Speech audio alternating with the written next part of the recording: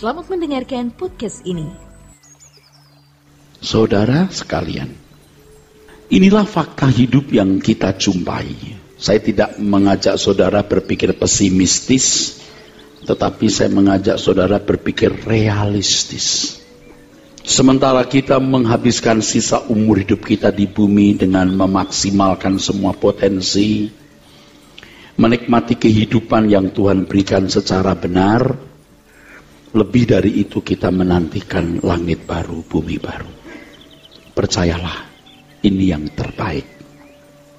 Ketika seseorang merasa kuat, saudara, tubuhnya sehat, ekonominya baik, semua berjalan serba mulus, tidak ada suatu ancaman dalam bentuk apapun, seseorang cenderung bersikap tidak rendah hati di hadapan Tuhan. Dan cenderung tidak merasa membutuhkan Tuhan secara proporsional. Butuh-butuh Tuhan juga, tetapi tidak secara proporsional. Tidak bergantung kepada Tuhan secara proporsional. Ya, butuh-butuh Tuhan juga, tapi tidak secara benar. Pada saat seperti ini, cenderung hidup suka-suka sendiri. Kesombongan di hadapan Tuhan itu, simptomnya itu, gejalanya jelas. Suka-suka sendiri. Tidak memperdulikan perasaan Tuhan. Nah, banyak orang Kristen seperti kebanyakan manusia pada umumnya, merasa hidup ini adalah miliknya. Sah-sah saja punya keinginan ini, keinginan itu, saudara. Ya, seperti Lucifer yang memberontak, tidak mengakui bahwa dirinya makhluk ciptaan, menolak hidup dalam dominasi atau kekuasaan Allah. Ia mau membangun kerajaannya sendiri, dan irama hidupnya adalah aku ingin. Begitu dalam Yesaya pasal 14 ayat 13 sampai 14. Aku ingin, aku mau. Dengan sikap tersebut sebenarnya seseorang menolak untuk hidup dalam pemerintahan Allah dan menolak terikat dengan Tuhan. Ini adalah makhluk yang tidak tahu diri. Secara tidak langsung orang-orang seperti ini sebenarnya memisahkan diri dari Tuhan. Dia memiliki teritorial sendiri yang Allah tidak boleh sentuh. Kalau mau marah, marah saja. Kalau mau ingin ini, ingini saja. Mau beli itu, beli saja. Mau melangkah kemana, melangkah saja. Ia tidak pernah memperdulikan perasaan Tuhan. Kalau mau tersinggung, tersinggung saja. Dia kembangkan, dia kobarkan rasa tersinggung atau sakit hatinya itu. Sebab ia merasa memiliki dirinya sendiri. Dan itu irama hidup sebagian saudara atau hampir semua saudara, jangan-jangan semua saudara. Dan kalau terus-menerus dalam keadaan seperti ini berbahaya, saudara. Hadirnya gereja ini kan sebenarnya mengingatkan saudara bahwa saudara bukan milik saudara sendiri. Jangan liar begitu. Jangan liar begitu. Suatu saat nanti saudara akan tertumbuk pada kenyataan betapa rentannya manusia itu. Betapa rentannya. Ya, ketika belum menghadapi suatu keadaan yang sukar, di mana ia tidak dapat menanggulanginya, ia bisa bersikap tinggi hati, saudara. Tidak merasa membutuhkan Tuhan dan tidak bergantung kepada Tuhan secara proporsional. Dan cirinya itu apa? Suka-suka sendiri. Jangan Anda berpikir bahwa kalau orang suka-suka sendiri, itu juga bisa hidup bergantung kepada Tuhan. Tidak mungkin. Orang yang hidup suka-suka sendiri tidak mungkin bisa hidup bergantung kepada Tuhan secara benar. Dan tidak mungkin, saudaraku sekalian, dia merasa membutuhkan secara benar. Ini orang-orang sombong. Kalau makhluk manusia tidak menyadari betapa rentannya hidup ini, wah, ini cenderung sombong. Dan hampir semua menjadi sombong. Setiap saat malapetaka dan bencana bisa mendekati kita. Dan kita bisa tidak mampu menyelesaikannya.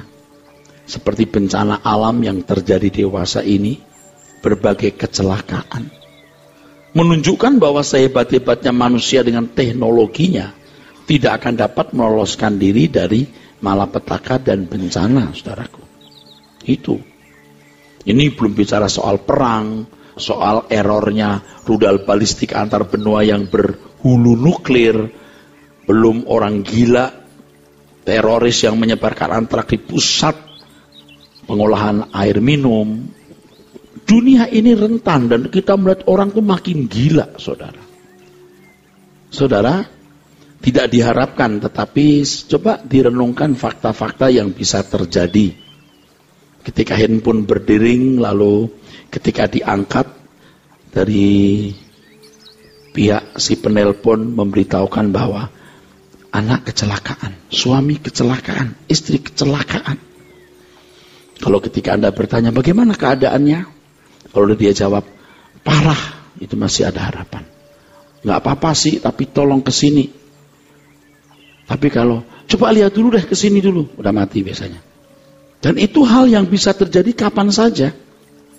Pulang ke rumah terbakar, cucu atau anak diculik, keluarga atau orang yang Anda kasih sakit tidak ada terapinya, atau orang yang Anda kasih meninggal, dan lain sebagainya.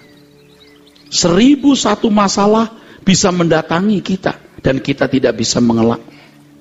Kita harus menyadari bahwa kita ini makhluk yang lemah, makhluk yang terbatas. Ya memang kalau keadaan baik, merasa kuat, sehat, ekonomi membaik, wah, orang menjadi sombong dan tidak berpikir bahwa dia lemah, rentan, getas. Dan keadaan yang paling mengerikan ketika manusia harus meninggal dan menjumpai realitas kekekalan. Itu paling mengerikan. Yang ini yang paling mengerikan sebenarnya, saudara. Semua kehebatan dan keberhasilan selama hidup di dunia tidak ada artinya.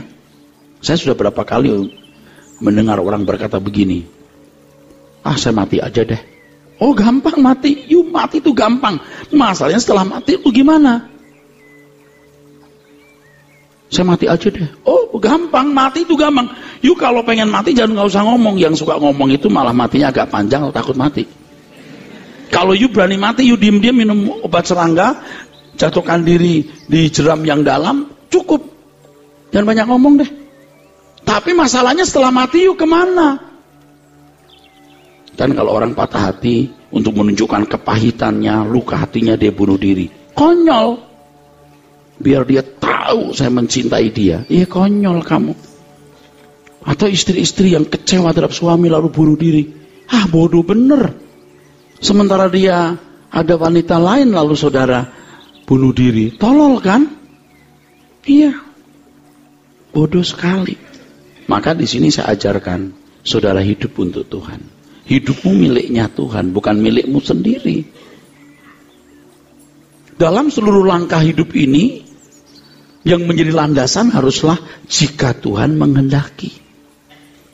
Nah kita baca dulu Yakobus pasal 4 ayat 13 sampai 17 saudara. Ya. Tapi yang pertama tolong diingat ya, you are nothing. Ingat ini. You are nothing. Ini kalau orang sudah biasa kuat, punya relasi pejabat, bisa bayar tukang pukul, bisa bayar preman, wah. Atau mungkin dia miskin, tetapi nekat orangnya. Nekat, pokoknya gua nekat. Nah, udah miskin sombong. Modalnya nekat, pokoknya biar gua miskin nekat. Pernah ada jemaat yang anaknya nakal, putus asa. Saya panggil begini, kamu kenapa ya begitu? Tahu nggak kamu itu? Satu, kamu itu sudah miskin. Ngapain kamu belagu? Jadi orang yang baik-baik. Ya saudara, jangan begitu. Nah banyak orang tuh bonek seperti ini. Bonek, bondo nekat. Nekat. You mau nekat bagaimana? You terbatas. Saya itu ya baru minggu ini mendengar cerita nyata seorang eksekutif muda olahragawan. Dia fitness dengan rajin. Satu kali dia tarik besi, besinya patah. Jebret, dia jatuh ketimpa. Langsung di sini ya Pak, uratnya ada yang kejepit atau putus, dia begini nih jalannya sekarang. Waduh saudara, ganteng, bagus badannya, nyeret. Gampang, tidak usah nunggu jatuh dari Boeing 747 atau Airbus. You makan ikan asin kelek di sini segret, setengah mati loh, dibongkar di sini, terpaksa pita suaranya hilang, langsung setelah operasi gini, apa kabar? Halo. Cuman gara-gara ini ikan asin jebret sini di satu posisi tertentu harus pita suaranya diputus. Coba, kok sombong loh? Wah sombong itu, jebret ditabrak trailer, kakinya remuk 2, habis. Anda lihat banjir bandang di Cina, tragisnya kayak apa loh? Dia diwawancari CNN dalam bahasa Cina, diterjemahkan dalam bahasa Inggris. Suamiku mati, anakku hilang. Waduh, dalam meja encik model begini, dia punya toko 4 nih. Di sana, rumahnya jadi kecil, kesambar air. Suami mati, anak hilang.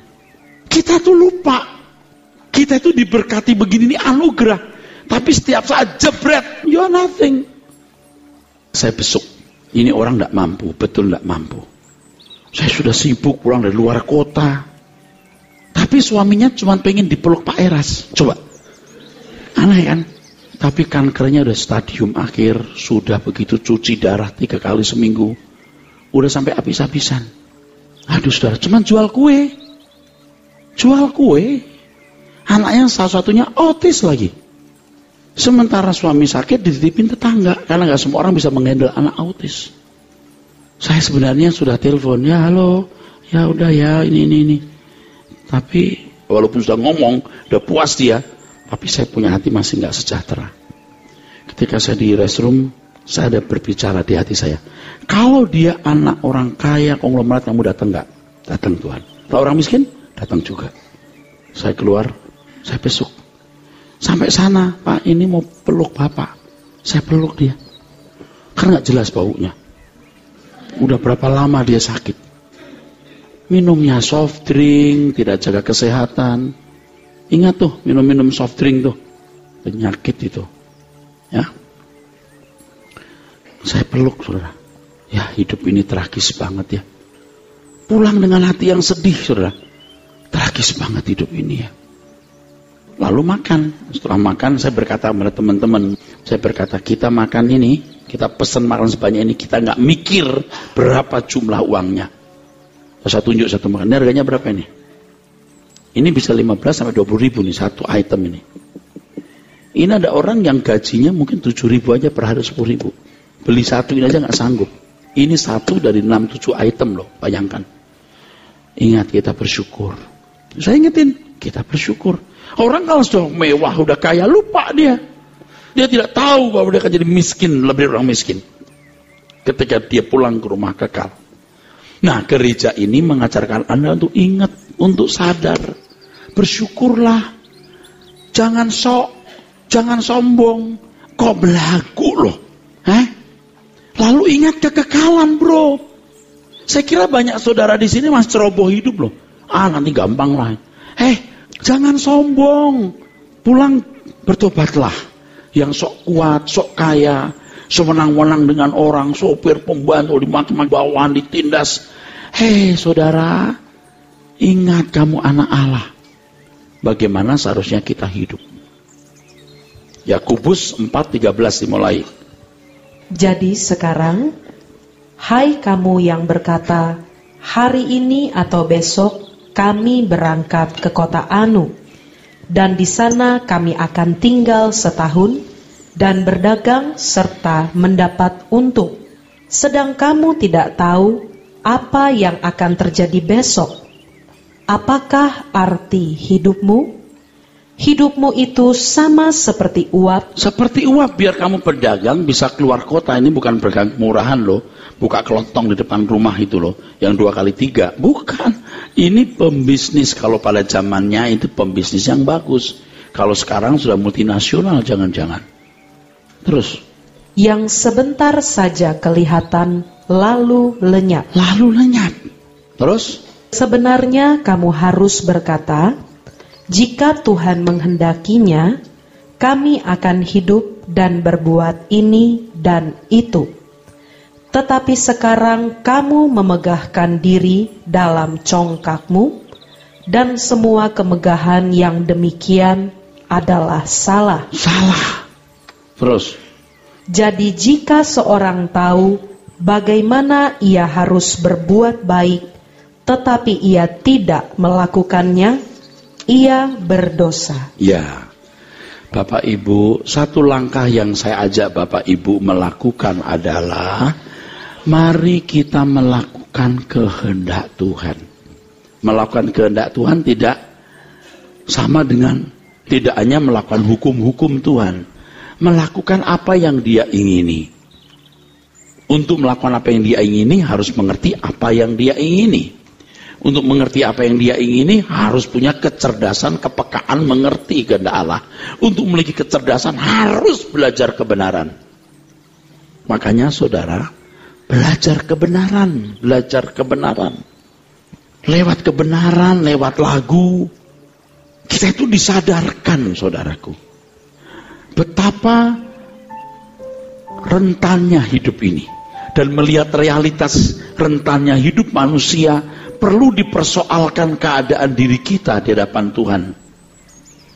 Dengan rendah hati harus sungguh-sungguh mempersoalkan, apakah kita yakin melalui pembuktian ukuran kebenaran firman Tuhan bahwa kita diakui sebagai anak Allah.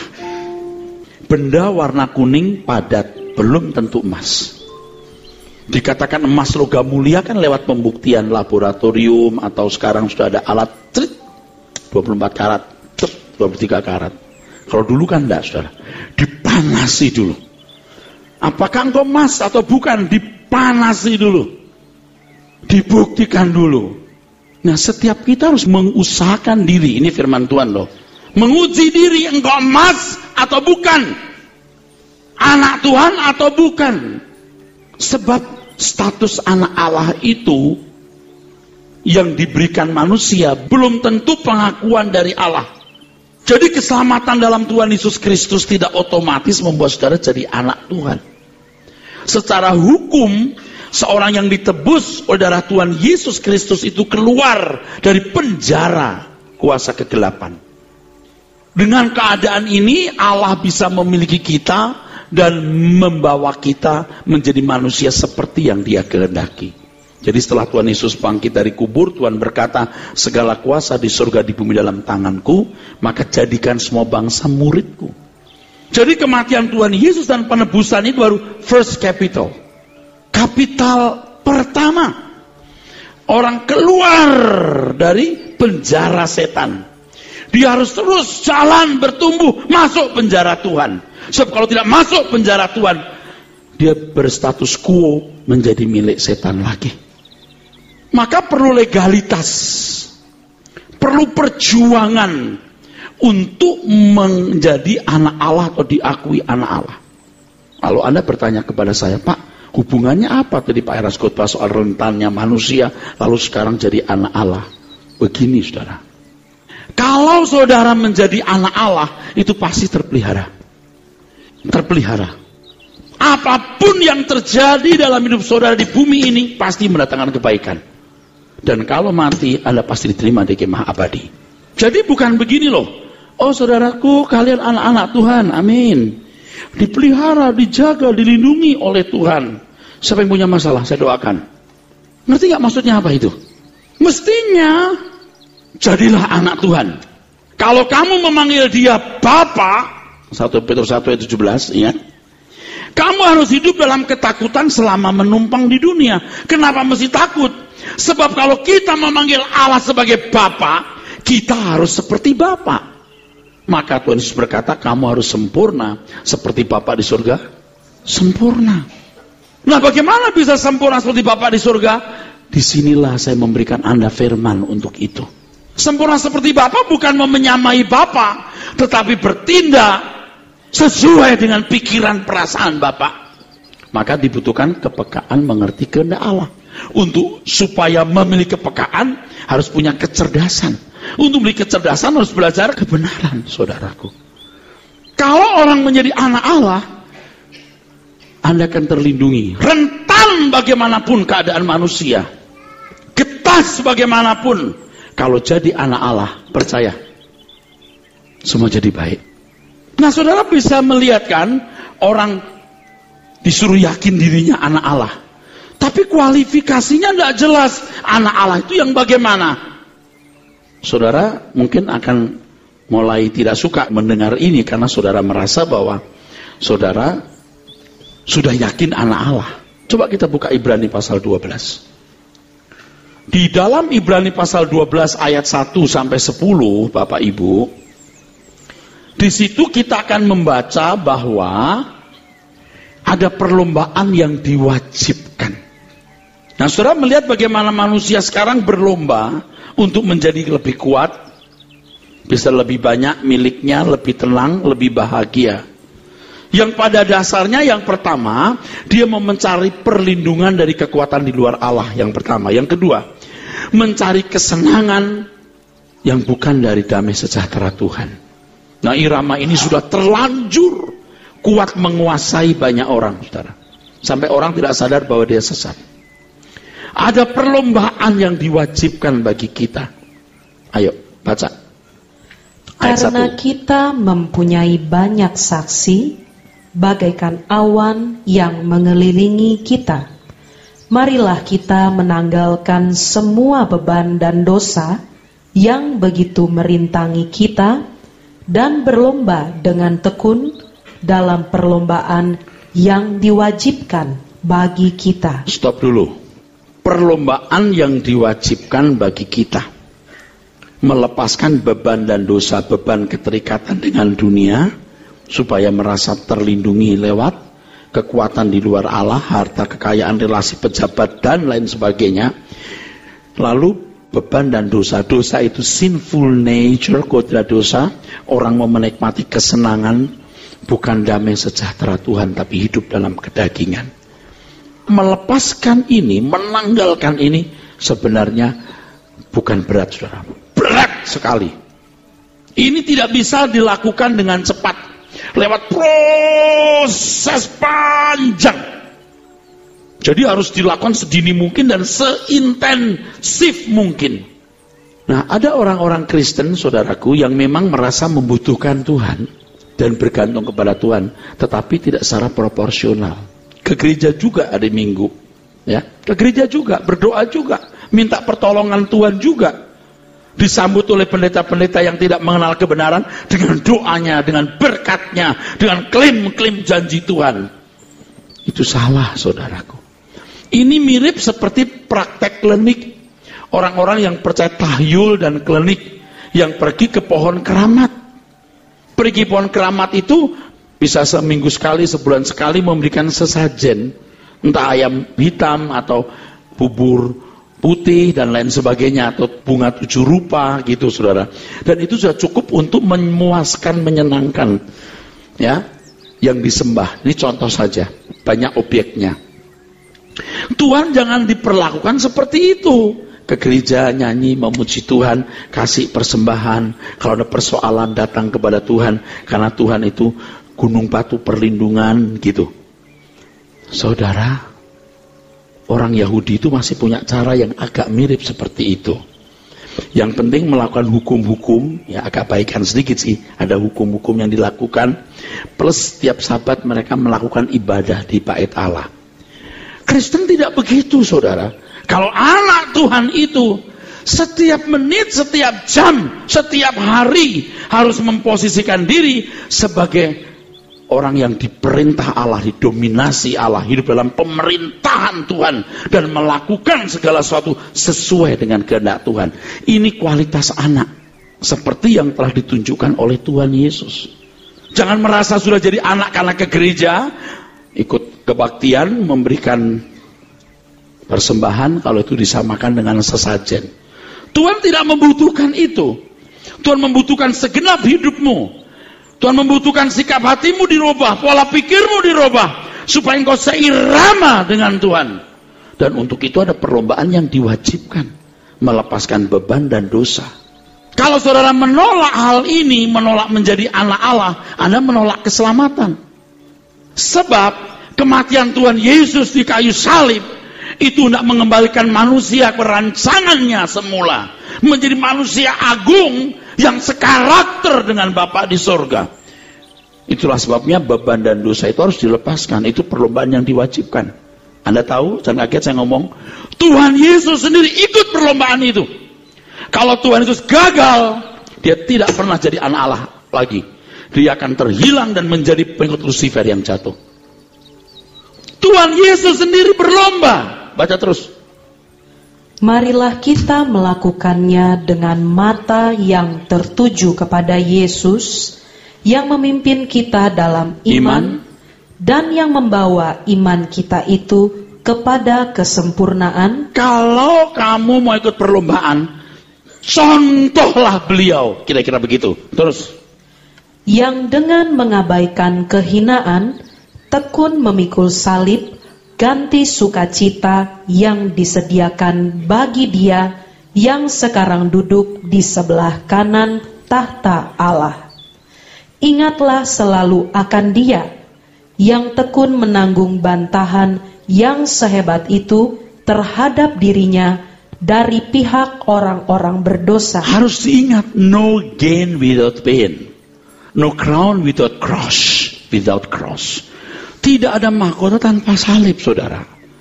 Tadi saya katakan menanggalkan beban dan dosa itu sebenarnya nggak berat, tapi sangat berat. Lihatlah Tuhan Yesus yang begitu tekun. Nah, kita sekarang nggak punya ketekunan, pokoknya mengalir saja. Mengalir apaan? You nggak ngerti ya? Belum kekekalan loh. Di dunia saja you itu rentan. Di dunia saja you itu rentan, apalagi di kekekalan. Kok sombong loh? Yang mengandalkan Tuhan saja tapi tidak secara proporsional ya, tetap salah. Tetap salah. Dulu begini, kalau di gereja-gereja karismatik Pentakosta itu ada lagu-lagu yang seperti ku tak dapat jalan sendiri, pakai nangis-nangis Bombay. Tuhan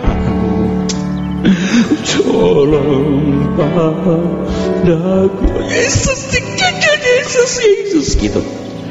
Tapi setelah itu begini, saudara sekalian, dunia tambah jahat, kita lemah tidak berdaya, kita bergantung kepada Tuhan.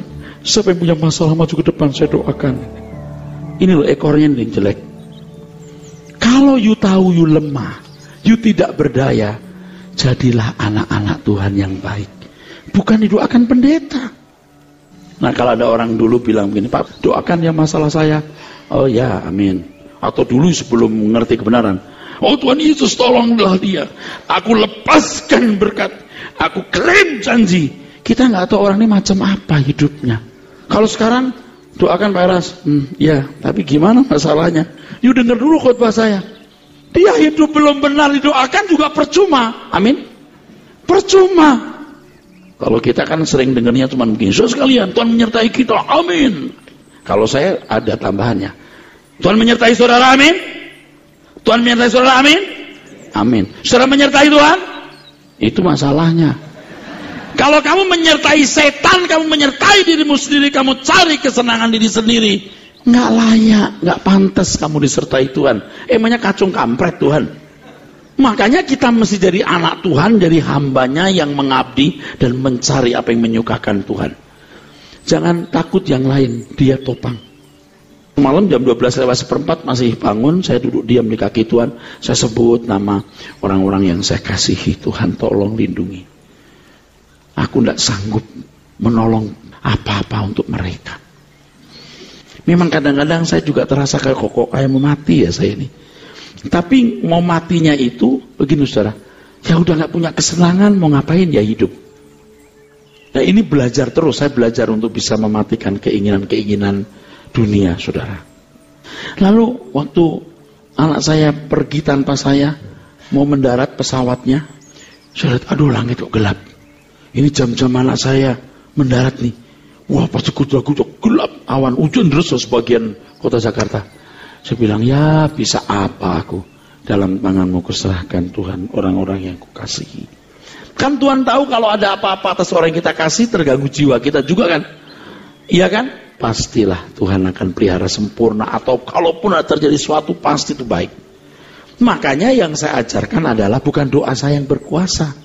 Jadilah anak Tuhan yang baik. Lakukan kehendak Tuhan. Saya tidak mau saudaraku jadi perusahaan yang service after sale. Jadi kalau you beli barang saya, you gak bisa lepas dari saya. You mesti hubungi saya. Kalau enggak bisa. Nggak boleh begitu. You saya kenalkan ke Tuhan, setelah itu you masih sama-sama saya atau tidak terserah. Tapi you udah kenal Tuhan. Oke, jangan dikit-dikit gini loh. Saya doakan masalahmu. Saya lepaskan berkat. Saya patahkan kutu. Dia pikir kayak matain ranting gitu. Pak, doakan Pak, saya lagi ada persoalan di pengadilan Pak. Saya belum tahu masalahnya apa. Harus tahu dulu. Kalau you salah, udah you mengalah aja. Kasih tanah ke dia. Saya sengketa tanah nih Pak. Ini tanah siapa? Ya pokoknya ya ini. Ya aku berdamai aja lah, dapat dikit gak apa-apa. Kalau tanah dia you salah beli, lalu you gak hati-hati waktu beli. Nggak mau saya. Kalau yang di pihak sono juga anak Tuhan, Pak doakan saya. Loh, Tuhan diajak berantem. Tuhan dia sama Tuhan dia. Ternyata dia pendeta lain, ini jemaat saya. Ya enggak mau saya bro. You dulu salah beli, you kasih tahu sama orang, aku salah beli deh. Sekarang kita daripada ke pengadilan, you nggak dapat, saya nggak dapat, yang punya duit itu polisi atau hakim dan jaksa dan pengacara, kita damai aja. You pulangin uang saya. Kalau bisa ditambahkan lagi sebagai bunganya. Kalau enggak ya, yang penting gua nggak rugi. Harus begitu. Ternyata saya ditipu, kata si jemaat. Ya udah, yang lu ditipu nggak hati-hati. Terus yang punya tanah itu, ini tanah saya Pak, saya nggak tahu kenapa ada orang bisa punya sertifikat palsu. Nah kalau yang punya tanah lalu datang kepada saya, Pak saya lagi ada persoalan pengadilan tanah saya Pak, sengketa. Oh iya, sama siapa? Sama Pak itu. Wah, ya Tuhan, menangkan siapa ini? Kalau dulu kan kita doa saja, Pak Era saya punya masalah, Tuhan tolong. Pak saya masih nganggur, kasih kerjaan. Saya belum menikah, dapat jodoh. Anda bertanya kami menjawab. Anda meminta kami memutar. Enak aja. Nggak bisa begitu. Tuhan Yesus pun berlomba. Yang saya ajak Anda itu sekarang berlomba. Ini yang penting. Amin. Berlomba yang penting. Saya khawatir Anda nggak berlomba. Bagaimana melepaskan beban dan dosa sehingga keinginanmu melakukan kehendak Allah. Iramanya jika Tuhan mengendaki, bukan aku ingin, bukan aku ingin. Nah, merombaknya setengah mati kan. Nah, ayat-ayat berikutnya itu saudara akan melihat bahwa untuk menjadi anak Tuhan itu perlu legalitas. Ada huios yang disebut pangeran, ada notos yang namanya anak haram atau anak tidak halal, tidak legal. Jadi menjadi anak Tuhan itu ada legalitasnya. Legalitasnya itu yaitu melepaskan beban dan dosa, berkualifikasi sebagai anak Tuhan. Ingat, yang warnanya kuning dan keras, padat, belum tentu emas. Jadilah emas, berusahalah jadi emas, berusahalah jadi anak Tuhan, berkeadaan sebagai anak Tuhan. Engkau aman di bumi sampai di kekekalan. Jangan lagi ditipu dengan ke gereja, Allah luar biasa, Allah baik saudara sekalian, dia berkuasa, ngeri mustahil bagi Tuhan. Siapa yang saya mau doakan? Paham gak itu? Itu nipu. Allah memang luar biasa, tapi kamu gak pantas menerima keluar biasaan Tuhan. Kamu bukan anak Tuhan. Biasa anak Tuhan. Bisa membuktikan kamu anak Tuhan? Kelakuanmu yang menunjukkan kamu anak Tuhan atau tidak. Nah, disinilah kita mesti belajar. Oleh sebab itu kita harus merasa miskin di hadapan Tuhan. Seorang merasa miskin di hadapan Tuhan, yang ditulis dalam Matius 5 ayat 3, artinya 1, bahwa manusia rentan dalam segala hal. 2, bahwa manusia belum menjadi seperti yang Allah kehendaki. Berangkat dari kita terbatas dalam segala hal, kita rentan, miskin. Yang kedua, kita belum seperti yang Tuhan kehendaki. Kita menjalankan hidup ini. Kalau hanya rentan saja, lalu minta perlindungan Tuhan, belum benar. Rentan, hayati. Yang kedua, belum menjadi seperti yang Tuhan kehendaki. Gumuli ini. Amin.